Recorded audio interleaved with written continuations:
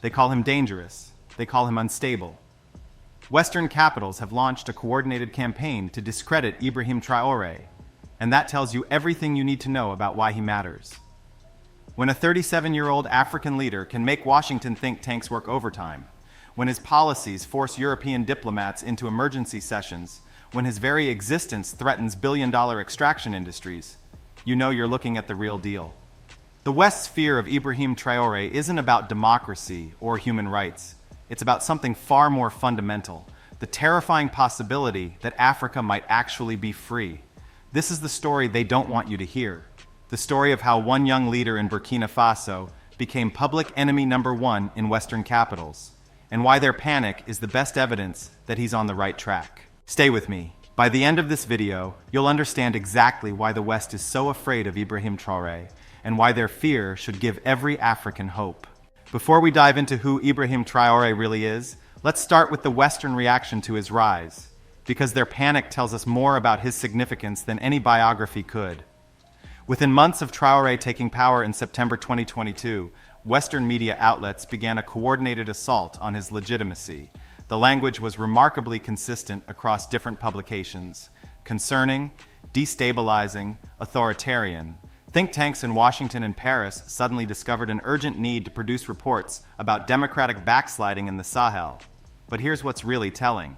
These same institutions had remained largely silent during decades of Western-backed dictatorships that kept their countries poor, while foreign corporations extracted billions in resources. Suddenly, when a leader emerges who actually serves his people's interests, democracy becomes their primary concern. The European Union imposed sanctions. France began diplomatic pressure campaigns. International financial institutions started making veiled threats about aid and investment. Why such an extreme response to a young leader in a country most Westerners couldn't locate on a map? The answer is simple. Ibrahim Traoré represents their worst nightmare, proof that African countries don't need Western approval to prosper. Let me give you a specific example. In 2023, when Traoré's government began reviewing mining contracts to ensure Burkina Faso received fair compensation for its gold, the country's primary export, Western mining companies immediately began lobbying their home governments for intervention. Not because of any violation of contracts, but because the very idea of African leaders prioritizing African interests was seen as a threat to the established order. The hysteria reached its peak when Traoré announced Burkina Faso's withdrawal from the CFA franc system. Suddenly, French officials who had never shown public concern about African poverty were deeply worried about economic stability in Burkina Faso. The same people who had maintained a currency system that funneled African wealth to Paris for over 6 decades were now concerned about African economic sovereignty. This reaction tells us everything we need to know. The West isn't afraid of African authoritarianism. They've supported plenty of African dictators who serve their interests. They're afraid of African independence. Let's talk about what real sovereignty looks like in practice, and why it sent French officials into absolute panic mode. Most African leaders talk about independence while their countries remain economically shackled to their former colonizers. Traoré? He started cutting those chains from day one. The first alarm bell for Western powers rang in 2024 when Burkina Faso, under Traoré's leadership, joined Mali and Niger in forming the Alliance of Sahel States. This wasn't just a military pact, it was an economic declaration of independence that threatened the entire foundations of French neocolonial control. But the real earthquake came when these three nations collectively announced their intention to abandon the CFA franc, that colonial relic that has kept Francophone Africa economically enslaved for over 6 decades. The panic in Paris was immediate and undisguised. Think about the audacity of that decision from a Western perspective. The CFA franc isn't just currency, it's the ultimate control mechanism. Every transaction, every economic decision in CFA countries had to flow through Paris. France literally controlled the monetary policy of 14 African nations, forcing them to keep 50% of their foreign reserves in French banks. Imagine if your bank account required approval from your former slave master before you could spend your own money. That's what the CFA franc system represented. French officials immediately began warning of economic catastrophe. They deployed their media apparatus to spread fear about irresponsible monetary policy and financial instability. They threatened to withdraw investment and cancel development projects. But Traoré and his Sahelian allies didn't just complain about the CFA franc system, they built an alternative. The creation of a gold-backed regional currency wasn't just economic policy, it was an act of continental liberation that directly threatened France's ability to extract wealth from Africa. And the results? Burkina Faso achieved 5.494% GDP growth in 2024, defying every prediction from Western economists who had warned of economic collapse if these nations dared to assert their independence. Every point of growth was a nail in the coffin of French economic dominance. France's response was swift and predictable, economic warfare disguised as concern for democracy. Now let's address the move that sent Western intelligence agencies into overdrive: Burkina Faso's partnership with Russia. This wasn't just a policy decision, it was a masterclass in geopolitical chess that left Western powers scrambling to respond. The genius of Traoré's approach wasn't just that he partnered with Russia, it was how he did it. While Western critics screamed about Russian influence, they completely missed the fundamental difference between this partnership and the neocolonial relationships they were used to seeing. When Russian military instructors arrived in Burkina Faso, they didn't come with flags and bases and long-term occupation plans like French forces had done for decades. They came as requested technical advisors working under Burkinabe sovereignty. The command structure remained entirely under Burkina Faso control. No foreign flags fly over domestic bases. No mercenaries operating with diplomatic immunity. This isn't the French model of intervention, where African countries become military protectorates. It's cooperation between equals. And that terrified Western powers because it demonstrated that alternatives to their exploitative model actually exist. The West's reaction was immediate and hysterical. NATO suddenly discovered urgent concerns about security in the Sahel, the same region they had largely ignored during decades of French military presence. Think tanks began producing reports about Russian expansion, while conveniently forgetting about the dozens of French military bases scattered across Africa. But here's what really drove Western officials crazy. The Russian partnership was working. Russia has more than doubled its scholarship quota for Burkinabe citizens for the 2024 to 2025 academic year, focusing on technology transfer and knowledge building rather than resource extraction. Russian partnerships focus on infrastructure development that stays in African hands, not resource extraction that benefits foreign shareholders. When Traoré met with Putin, he didn't go as a supplicant seeking aid, the traditional African leader's pilgrimage to Western capitals. He went as an equal, negotiating terms that serve Burkina Faso's interests first. And that fundamental shift in the power dynamic is what has Western diplomats losing sleep. The difference is stark and intentional. French companies still control much of Africa's uranium, gold, and other resources, with profits flowing back to Paris. Russian partnerships, as structured by Traoré, focus on technology transfer, military training, and infrastructure development that benefits Burkina Faso. This wasn't just replacing one master with another, it was demonstrating that African countries could engage with global powers as equals rather than as clients. And that demonstration effect is spreading across the continent, much to Western alarm. Let's be honest about the challenges Traoré faces. The number of fatalities linked to militant Islamist violence nearly doubled from 3,621 in 2022 to 6,389 in 2024. The security situation is complex, with jihadist groups, ethnic tensions, and the lingering effects of decades of instability all contributing to ongoing violence. Recent attacks have claimed significant military casualties, including incidents where dozens of soldiers have been killed. These aren't easy problems to solve, and Traoré's government, like all Sahelian nations, continues to grapple with security challenges that have deep historical roots. But here's what's different. Instead of calling for more foreign intervention, instead of inviting more foreign bases, Traoré is building domestic capacity.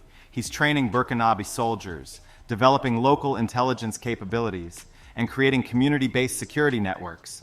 The approach isn't perfect, and an estimated 6,000 civilians died in conflict-related violence between January and August 2024 alone.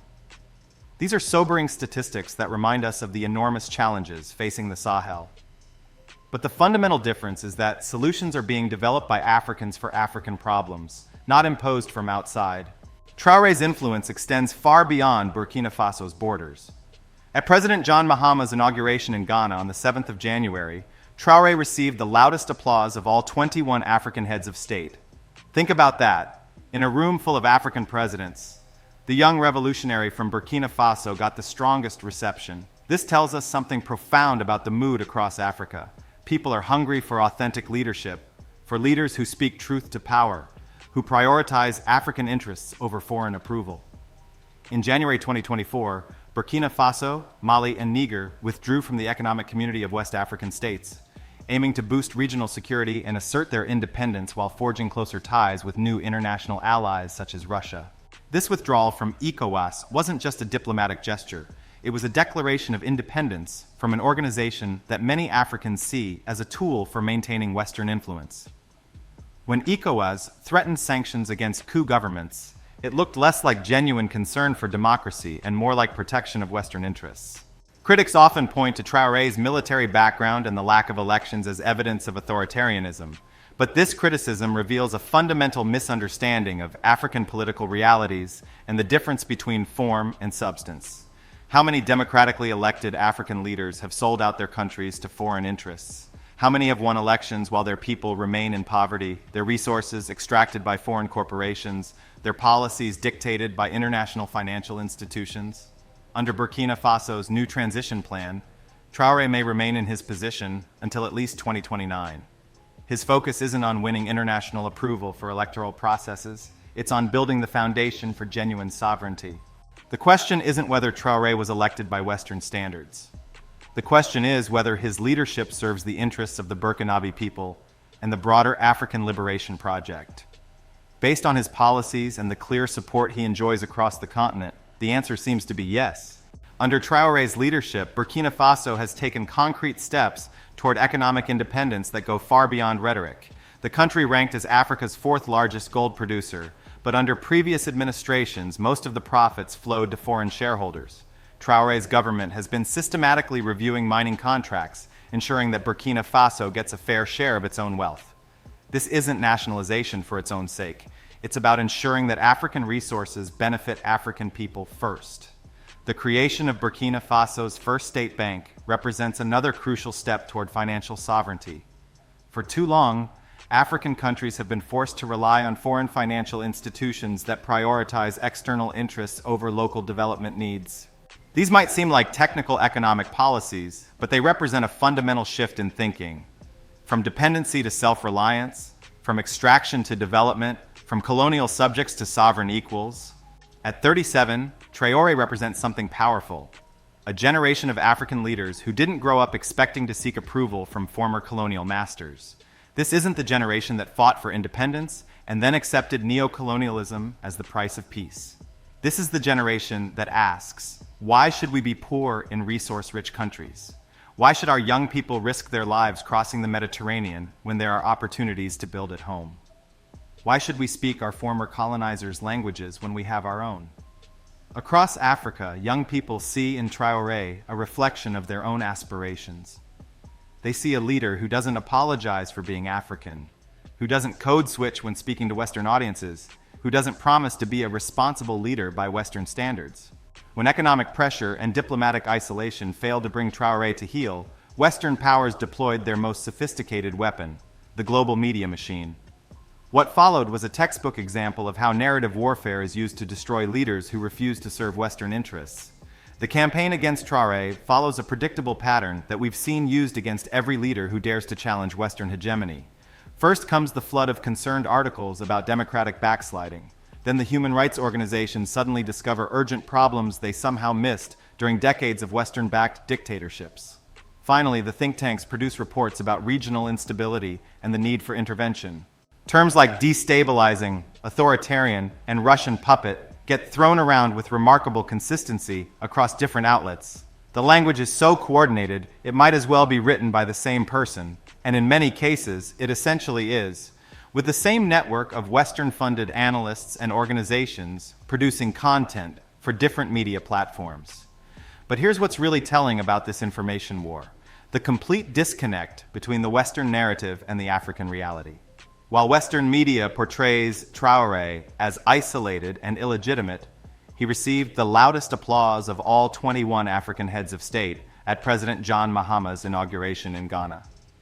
While Western analysts warn about his dangerous policies, Burkina Faso achieved its strongest economic growth in years. The desperation of the Western media campaign is actually proof of Traoré's effectiveness. They're not attacking him because he's failing. They're attacking him because he's succeeding, and his success exposes the lie that African countries need Western approval to prosper. Let's examine the actual record that Western media refuses to acknowledge. Economic growth, reduced foreign dependency, increased domestic capacity, stronger regional partnerships with fellow African nations. These are the hallmarks of successful leadership by any objective standard. The real concern isn't that Traoré is failing, it's that he's succeeding.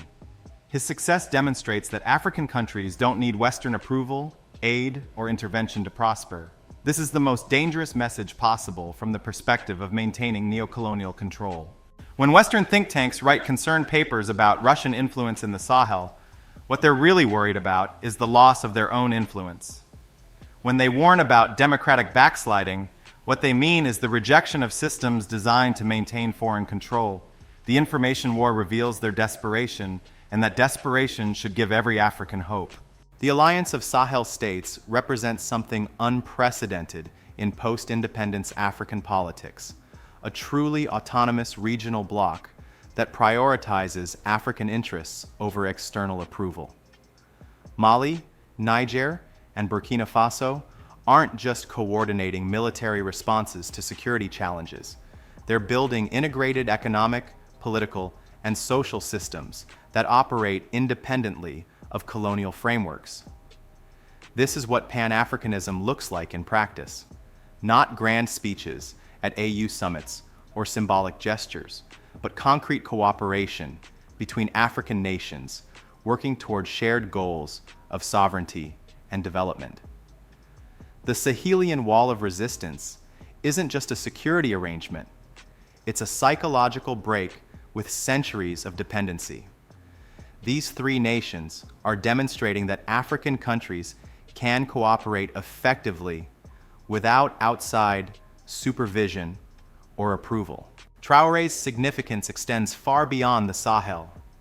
From Ghana to Ethiopia, from Nigeria to South Africa, African leaders and citizens are watching this experiment in genuine sovereignty with intense interest.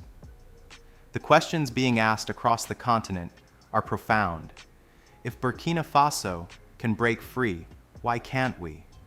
If three small Sahelian countries can form an independent alliance, what could larger African nations accomplish? If gold-backed currency can replace the CFA franc, what other colonial institutions can be dismantled?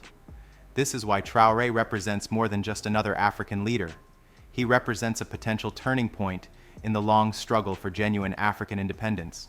Let's be clear about the challenges Traoré faces. The security situation remains difficult, with ongoing violence affecting civilian populations. Economic transformation takes time, and the benefits of sovereignty don't appear overnight. Human rights organizations have raised concerns about some military operations, and these concerns deserve serious attention. Building a just society requires balancing security needs with respect for human rights, a challenge that isn't unique to Burkina Faso, but is particularly acute in conflict-affected regions. According to the 2023-2024 Human Development Report, Burkina Faso is classified among nations with low human development and ranked 185th out of 193 countries on the Human Development Index. These development challenges won't be solved overnight, regardless of who's in power. But the fundamental question remains, are these challenges better addressed through continued dependency or through the difficult but necessary work of building genuine sovereignty? Traoré's rise coincides with a broader shift in global power dynamics. The unipolar moment of Western dominance is ending, replaced by a multipolar world where middle powers have more options and leverage. For Africa, this means opportunities that didn't exist during the Cold War era. Countries like Burkina Faso can now choose partners based on their own interests rather than being forced to align with one superpower or another. The partnership with Russia, relationships with China, and cooperation with other non-aligned nations represent this new reality. African countries are no longer forced to choose between being Western clients or isolated pariahs. They can pursue their own interests through diverse partnerships. Perhaps Traoré's most important contribution isn't any specific policy. It's the restoration of African confidence and dignity. For too long, African leaders have internalized the message that they need external validation to be legitimate. Traoré represents a psychological break with this mindset. He doesn't seek approval from Western capitals, doesn't apologize for African ways of doing things, doesn't accept the premise that African solutions are inherently inferior to foreign alternatives. This psychological liberation may be more important than any specific economic or military policy. A confident, self-respecting Africa is capable of solving its own problems and achieving its own potential. Traoré's popularity has soared since his ascension to power, not just in Burkina Faso, but across Africa. This popularity isn't based on personality cult or propaganda. It's based on the recognition that here, finally, is a leader who puts African interests first. The next phase of this experiment will be crucial. Can the alliance of Sahel states maintain its independence while building prosperity for its people? Can they resolve security challenges without sacrificing their sovereignty? Can they inspire similar movements across the continent? These questions don't have easy answers, but for the first time in decades, they're being asked from a position of strength rather than weakness. Whether you're watching from Lagos or London, Accra or Atlanta, Traoré's story is your story too. This isn't just about Burkina Faso, it's about the possibility of an Africa that controls its own destiny. For too long, African stories have been told by others. African problems have been solved by outsiders. African resources have been controlled by foreigners. Traoré represents the possibility of changing that narrative permanently. This is why his story matters. This is why the resistance in the Sahel represents more than regional politics. This is the front line of the global struggle between sovereignty and dependency, between authentic development and continued exploitation. The old Africa, the Africa of dependency and apology, is dying. The new Africa, the Africa of dignity and self-determination, is being born in places like Ouagadougou, Bamako, and Niamey. The West campaign against Ibrahim Traoré isn't really about Burkina Faso. It's about sending a message to every African leader and every African citizen. This is what happens when you refuse to kneel. But here's what they didn't count on. Their attacks are backfiring. Every hit piece in Western media, every concerned statement from European officials, every threat of sanctions just proves to Africans that Traoré is doing something right. The question for every African, wherever you are in the world, is simple. Which side of this fight will you be on? Will you stand with those building the Africa our ancestors dreamed of? Or will you believe the narratives designed to keep us dependent? The West is afraid of Ibrahim Traoré because he proves that their control over Africa isn't permanent. They're terrified that his example might spread, that other African leaders might realize they don't need Western approval to serve their people. If this story opened your eyes to something you suspected but couldn't quite see, something your grandparents fought for, something your children deserve, then don't just watch. Share this video in your communities, your WhatsApp groups, your family chats. Let your voice be part of this awakening. Type Africa first in the comments if you believe it's time to choose African interests over Western approval. Share your thoughts. What would it look like if every African leader put their people before foreign powers? Subscribe to this channel because these are the stories the mainstream media won't tell you. These are the perspectives you won't hear in Western newsrooms, where the same people who profits from African dependency get to define what African freedom should look like. The future of Africa is being written today, and the West's desperate campaign against leaders like Traoré is proof that we're winning. Make sure you're not just a spectator. Be a participant in the most important story of our time. Thank you for watching. Thank you for thinking critically. And thank you for believing that Africa can and will control its own destiny, no matter how much that terrifies our former colonizers. Until next time, stay informed, stay proud, and remember, when they attack you this hard, you know you're over the target.